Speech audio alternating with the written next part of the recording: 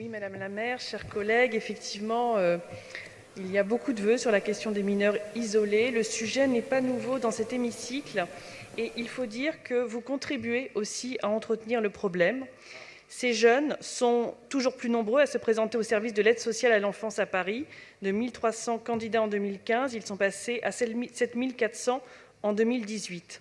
Et vous connaissez l'importance des temps d'évaluation qui permettent d'identifier les vrais mineurs de manière rapide et de réorienter les majeurs vers les structures qui doivent naturellement les prendre en charge. Or, dès 2014, vous avez été mise en cause par le Défenseur des droits sur la question des délais de traitement de l'évaluation de la minorité et de l'isolement de ces mineurs. Ils étaient alors de 3 semaines quand le Code d'action sociale demande 5 jours. Ces délais sont doublement pénalisants. Pour les jeunes mineurs, d'abord, dont la prise en charge est retardée et qui se voient le plus souvent parqués dans des hôtels sans prise en charge éducative. Pour les Parisiens, ensuite, qui financent cette mise à l'abri, dont chacun sait qu'elle concerne en grande partie des majeurs. Vous avez pris l'engagement de réduire ce temps d'évaluation en remplaçant l'ancien dispositif, la PAOMI, par l'actuel, la DEMI, et pourtant ces délais n'ont pas changé.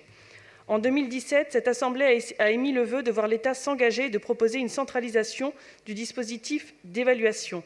Cette centralisation a été mise en place en 2019, mais maintenant la Ville de Paris refuse d'y participer. Le protocole d'aide à l'évaluation de la minorité a mis en place un fichier de partage des données d'évaluation entre départements afin de permettre la détection des fraudeurs majeurs qui passent de département en département dans l'espoir d'être reconnus mineurs ailleurs. Il a été reconnu légal et applicable par le Conseil d'État et le Conseil constitutionnel.